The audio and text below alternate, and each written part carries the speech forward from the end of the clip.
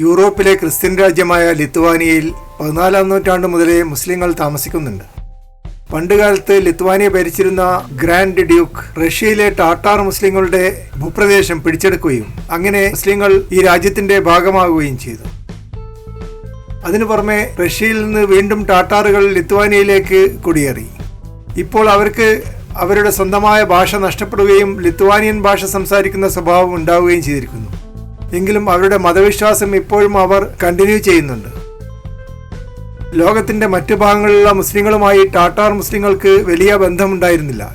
ചരിത്രപരമായ ഈ ഐസൊലേഷൻ കൊണ്ട് അവരുടെ ആചാരങ്ങളും വിശ്വാസങ്ങളും സാധാരണ സുന്നി മുസ്ലിങ്ങളുടെ അനുഷ്ഠാനങ്ങളിൽ നിന്ന് വളരെ വ്യത്യസ്തമാണ്. ഇത്തരത്തിൽ ആദിവാസികളുടെയും വ്യത്യസ്ത ജനവിഭാഗങ്ങളുടെയും ഇസ്ലാമിനെ ഫോൾക്ക് ഇസ്ലാം എന്നാണ് ഇംഗ്ലീഷിൽ പറയുന്നത്. ലോകത്തിന്റെ പല ഭാഗങ്ങളിലും ഇത്തരത്തിൽ വ്യത്യസ്തമായ ഫോൾക്ക് ഇസ്ലാം നിലവിലുണ്ട്. എന്നാൽ പരമ്പരാഗതമായ സുന്നി രീതിയിലുള്ള ഇസ്ലാമിനെ ഇംഗ്ലീഷിൽ ഹൈ ഇസ്ലാം എന്ന് വിളിക്കുന്നു. ഇസ്ലാമിന്റെ 5 പ്രമാണങ്ങളും അതേപടി അനുസരിക്കുന്ന മുസ്ലിങ്ങളെയാണ് ഹൈ ഇസ്ലാം എന്ന് വിളിക്കുന്നത്. എന്നാൽ തങ്ങളുടേതായ സംസ്കാരവും തങ്ങളുടേതായ ജീവിതശൈലിയും ഇപ്പോഴും തുടരുന്ന വ്യത്യസ്തമായ അനുഷ്ഠാനങ്ങളുള്ള മുസ്ലിങ്ങളെയാണ് ഫോൾക്ക് ഇസ്ലാം എന്ന് വിളിക്കാറുള്ളത്. ലിത്വാനിയയിലെ ടാറ്റാർ വംശത്തിൽപ്പെട്ട മുസ്ലിങ്ങളുടെ ആചാരങ്ങൾ പലതും വളരെയധികം വ്യത്യസ്തമായതുകൊണ്ട് അവരെ സാധാരണ മുസ്ലിങ്ങൾ കാഫറുകൾ എന്നും വിളിക്കാറുണ്ട്. ലിത്വാനിയയിലെ ക്രിസ്ത്യാനികളും ടാറ്റാറുകളും തമ്മിൽ നല്ല ബന്ധമായിരുന്നു. അവർക്ക് ഉയർന്ന മതസ്വാതന്ത്ര്യവും അനുവദിച്ചിരുന്നു. എന്നാൽ റഷ്യയുടെ ഭാഗമായി ലിത്വാനിയ മാറിയതോടുകൂടി പല പള്ളികളും നശിപ്പിക്കപ്പെടുകയും ഇസ്ലാം മതത്തെ നിരുത്സാഹപ്പെടുത്തുകയും ചെയ്തു. പിന്നീട് ലിത്വാനിയക്ക് സ്വാതന്ത്ര്യം കിട്ടിയപ്പോഴാണ് ഇസ്ലാം മതത്തിന് കൂടുതൽ സ്വാതന്ത്ര്യവും അംഗീകാരവും ലഭിച്ചത്. പണ്ടുകാലത്ത് ടാറ്റാറുകളുടെ പൂർവികന്മാരുണ്ടാക്കിയ മരം കൊണ്ടുണ്ടാക്കിയ പള്ളികളിൽ ചിലത് ഇപ്പോഴും ലിത്വാനിയയിൽ കാണാൻ പറ്റും. ഇപ്പോൾ ലിത്വാനിയയിലെ മുസ്ലിങ്ങളുടെ എണ്ണം 2000-ത്തിലധികമായി വർദ്ധിച്ചിരിക്കുന്നു. അവരിൽ ഭൂരിഭാഗം പേരും ടാറ്റാർ വംശജരാണ്. അതിനു പുറമെ ധാരാളം ലിത്വാനിയക്കാർ ഇസ്ലാം മതം സ്വീകരിച്ചിട്ടുമുണ്ട്. റഷ്യക്കാർ ഭരിക്കുമ്പോൾ കുറേയധികം മുസ്ലിങ്ങൾ ലിത്വാനിയയിലേക്ക് കുടിയേറിയിരുന്നു. എന്നാൽ അവരിൽ ഭൂരിഭാഗവും നിരീശ്വരവാദികളാണ്. ലിത്വാനിയയിൽ ഹലാൽ മീറ്റ് കിട്ടുവാൻ വളരെ പ്രയാസമുണ്ട്. എങ്കിലും പ്രധാനപ്പെട്ട ആഘോഷങ്ങൾ നടക്കുമ്പോൾ മുസ്ലിങ്ങൾ ഹലാൽ രീതിയിൽ സ്ലോട്ടർ ചെയ്യാറുണ്ട്. വടക്കൻ യൂറോപ്പിൽ റഷ്യക്കടുത്ത് സ്ഥിതി ചെയ്യുന്ന ഒരു കൊച്ചു രാജ്യമാണ് ലിത്വാനിയ. ഇന്ത്യയുടെ 6 ഇരട്ടിയാണ് ആളോഹരി വരുമാനം.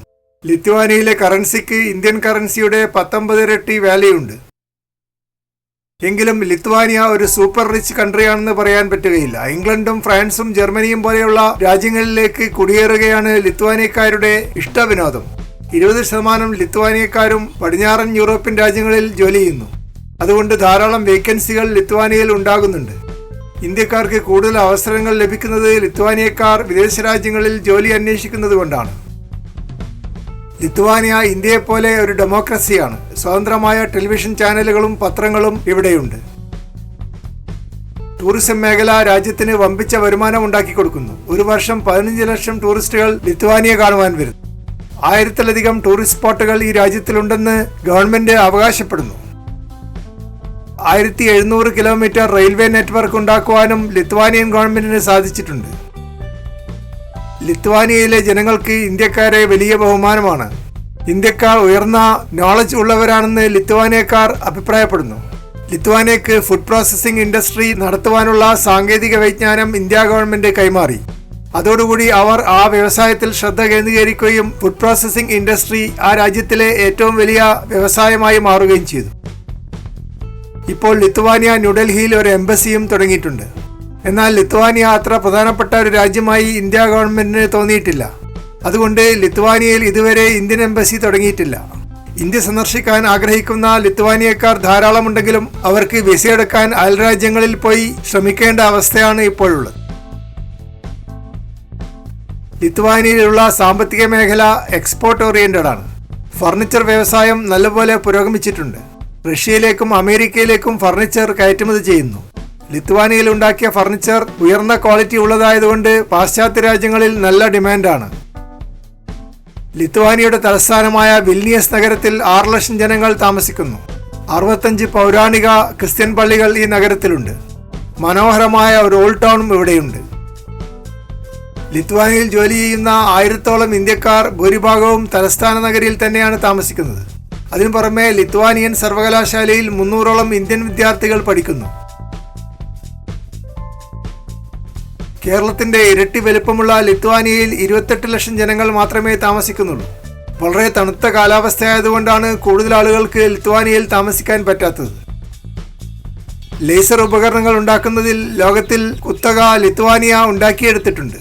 ലേസർ ഉപകരണങ്ങൾ കയറ്റി അയക്കുന്ന ഒരു രാജ്യമായി ലോകമെങ്ങും ലിത്വാനിയ അറിയപ്പെടുന്നു. മനോഹരമായ ഒരു രാജ്യമാണ് ലിത്വാനിയ. 22,000 നദികളും 3,000 തടാകങ്ങളും ഇവിടെയുണ്ട്. രാജ്യത്തിന്റെ വരുമാനത്തിന്റെ 5% ടൂറിസത്തിൽ നിന്നാണ് വരുന്നത്. പണ്ട് റഷ്യയുടെ ഒരു സംസ്ഥാനമായിരുന്നു ലിത്വാനിയ. 30 വർഷം മുമ്പാണ് സ്വാതന്ത്ര്യം ലഭിച്ചത്. അതിനുശേഷം റഷ്യയുമായി അകലുകയും മുതലാളിത്തം സാമ്പത്തിക വ്യവസ്ഥിതിയായി സ്വീകരിക്കുകയും ചെയ്തു. യൂറോപ്യൻ യൂണിയനിൽ മെമ്പർഷിപ്പ് എടുത്തു. നാറ്റോയിലും മെമ്പർഷിപ്പ് ലഭിച്ചു. റഷ്യ ഇനിയും തങ്ങളെ ആക്രമിക്കുമെന്നും വീണ്ടും റഷ്യയുടെ ഒരു സംസ്ഥാനമാക്കി മാറ്റുമെന്നും ലിത്വാനിയക്കാർക്ക് ഭയമുണ്ട്. അതുകൊണ്ടാണ് നാറ്റോയിൽ മെമ്പർഷിപ്പ് എടുക്കുവാൻ വലിയ താല്പര്യം ലിത്വാനിയ കാണിച്ചത്. കാർഷിക പ്രധാനമായ ഒരു രാജ്യമാണ് ലിത്വാനിയ. നല്ല മണ്ണാണ് ഇവിടെ. നല്ലപോലെ ഗോതമ്പ് വിളയുന്നു. ഓർഗാനിക് ഫാമിങ്ങിന് വലിയ പ്രാധാന്യം കൊടുക്കുന്ന ഒരു രാജ്യമാണ് ലിത്വാനിയ. അതുകൊണ്ടാണ് യൂറോപ്യൻ മാർക്കറ്റിൽ ലിത്വാനിയൻ ഭക്ഷ്യവസ്തുക്കൾക്ക് വലിയ ഡിമാൻഡുള്ളത്. ലിത്വാനിയയുടെ തലസ്ഥാനമായ വിൽനിയസ് നഗരത്തിൽ രാധാ റാണെ ഇന്ത്യൻ റെസ്റ്റോറന്റ് മികച്ച വെജിറ്റേറിയൻ ഭക്ഷണം നൽകുന്നു. ലിത്വാനിയയുടെ തലസ്ഥാനത്ത് പോഗോ ഹോസ്റ്റൽ 3000 ഇന്ത്യൻ രൂപയ്ക്ക് 6 ഷെയറിംഗ് ഡോർമിറ്ററികൾ നൽകുന്നു. ലിത്വാനിയയിലെ ബുദ്ധിജീവികളും താടിക്കാരും നക്സലേറ്റുകളും എഴുത്തുകാരും കവികളും കൂടി നഗരത്തിന്റെ ഒരു ഭാഗം കയ്യേറി. സംഗീതവും വായനയും നൃത്തവും പതിവാക്കിയ ഇവരുടെ ജീവിതശൈലി അയൽവാസികൾക്ക് ഒരു ശല്യമാവുകയും എല്ലാവരും ഒഴിഞ്ഞു പോവുകയും ചെയ്തു. അങ്ങനെയാണ് നഗരത്തിന്റെ ഒരു ഭാഗം ബുദ്ധിജീവികളുടെ വിഹാരകേന്ദ്രമായി മാറിയത്. അവിടെ അവർ ഇതൊരു സ്വതന്ത്ര രാജ്യമാണ് എന്നൊരു ബോർഡും സ്ഥാപിച്ചു. സ്വന്തമായി ഒരു ഭരണഘടനയും ഉണ്ടാക്കി. യുസൂപ്പിസ് റിപ്പബ്ലിക് എന്നാണ് ഈ കോളനിയുടെ പേര്. ഭരണഘടനയുടെ പ്രധാനപ്പെട്ട തത്വങ്ങൾ ചുമരിൽ എഴുതി വച്ചിട്ടുണ്ട്. 1-ാമത്തെ തത്വം ഒരിക്കലും അടിപിടി കൂടാൻ പാടില്ല എന്നാണ്. 2-ാമത്തെ തത്വം ആരെയും തോൽപ്പിക്കാൻ പാടില്ല എന്നാണ്. 3-ാമത്തെ തത്വം ഒരിക്കലും കീഴടങ്ങാൻ പാടില്ല എന്നാണ്. ഇതുപോലെ ഒരു സ്വതന്ത്ര രാജ്യം ഇന്ത്യയിലാണ് ഉണ്ടാക്കിയതെങ്കിൽ 24 മണിക്കൂറിനുള്ളിൽ പട്ടാളം ഇരച്ചു കയറുകയും വെടിവെപ്പുണ്ടാവുകയും ചെയ്യും. എന്നാൽ ലിത്വാനിയൻ ഗവൺമെന്റ് ഈ സ്വതന്ത്ര കോളനിയെ അംഗീകരിക്കുകയും അവരെ അവരുടെ പാട്ടിന് വിടുകയും ചെയ്തു. യുസൂപ്പിസ് റിപ്പബ്ലിക്കിന്റെ ഭരണഘടന 23 ഭാഷകളിൽ ചുമരുകളിൽ പെയിന്റ് ചെയ്ത് വെച്ചിട്ടുണ്ട്. സംസ്കൃത ഭാഷയിലും ഹിന്ദിയിലും ഭരണഘടന എഴുതി വെച്ചിട്ടുണ്ട്. 7000-ഓളം കലാകാരന്മാരും എഴുത്തുകാരും കവികളും ബുദ്ധിജീവികളും കഞ്ചാവടിയന്മാരും ഇവിടെ താമസിക്കുന്നു. ഒരു ബൊഹീമിയൻ അറ്റ്മോസ്ഫിയർ ഉണ്ടാക്കിയെടുക്കുവാൻ ഇവർക്ക് സാധിച്ചിട്ടുണ്ട്. യുനെസ്കോ ഈ നഗരഭാഗത്തെ ഒരു വേൾഡ് ഹെറിറ്റേജ് സൈറ്റായി അംഗീകരിച്ചതോടുകൂടി ടൂറിസ്റ്റുകൾ ധാരാളമായി ഇവിടേക്ക് ഒഴുകുന്നു.